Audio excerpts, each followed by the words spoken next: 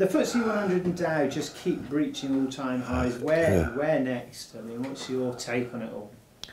Well, I keep on saying Tobin's Q has been wildly exceeded for a long time, and there will now have to be a sustained period when it reverts to the norm. And that will be the norm on average, which means it will have to go substantially lower than 1.0. As to when that happens, I don't know. I think the way debt has been ratcheted up by governments is ultimately self-defeating. And when these chaps in the world's treasuries are caught out for having done what they have done, there will be trouble. But as to when that happens, I don't know. What do you think might, awaken that trouble? Well, what happens if we have war breaking out in Europe over Ukraine, which is not impossible, or at least so it seems to me, that would certainly make people stop and think a bit. Although ISIS is a threat to be dealt with in the Middle East, I don't think it is likely to impact our economy for the time being. But you can't rule out anything now. Instability in one area leads to instability in another. And so one would naturally be cautious. People can naturally turn fearful at very short notice. And they're such cowards. And they lie. They lie to themselves and they lie to other people as to why they're doing things.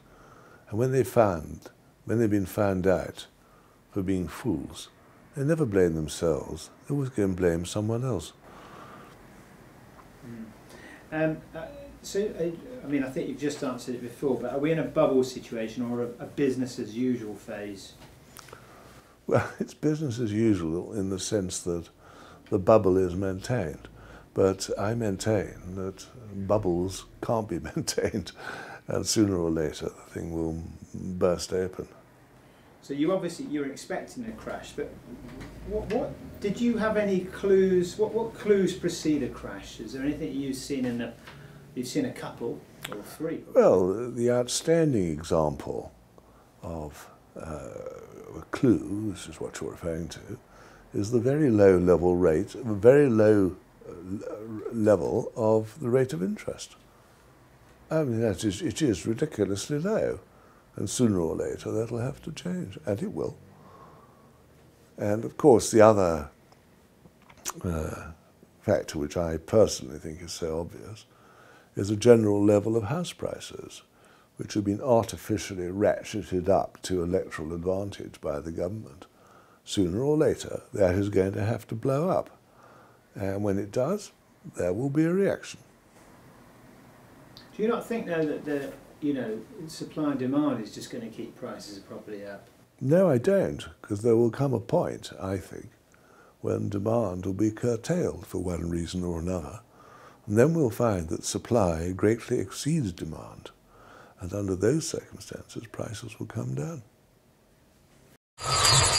Incidentally, in the same vein, if I may bring matters up to date, quantitative easing in this country has had the absurd effect upon house prices generally, and this is bound to end in tears. I'm less certain as to when, but it will end in tears, and people will be saying, well, why didn't we resist this interpretation of how to handle the property market? And the answer is because they were too stupid to call the Chancellor of the day a fool. But that is Osborne's position. I mean, he would say, oh, well, I'm just being clever, so I can get away with it come the general election on the 7th of May. And it's hard to deny that he probably will get away with it. But from society's position as a whole, it's a disaster. Constantly lying to citizens as to the background to economic decisions is very, very foolish. I can imagine there are times when the Prime Minister of the day might leave citizens in the dark about defence manoeuvres, because were he to speak out about defence manoeuvres, he would brief the other side. But the economy involves us all, and therefore to conceal, so to deceive citizens, is a pointless exercise, is degrading, and will eventually lead to a worse result than would otherwise have obtained.